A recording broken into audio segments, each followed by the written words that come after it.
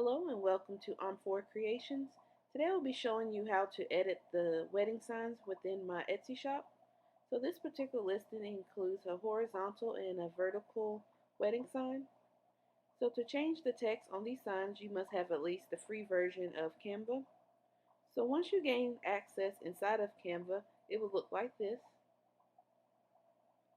The clip art and the background paper is locked, but the text is able to be changed, so you'll just simply just click inside the text and enter in your own information.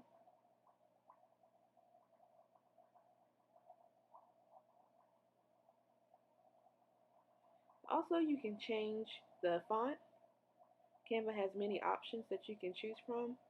You can also change the text size as well as the color of the text. Thank you so much for watching.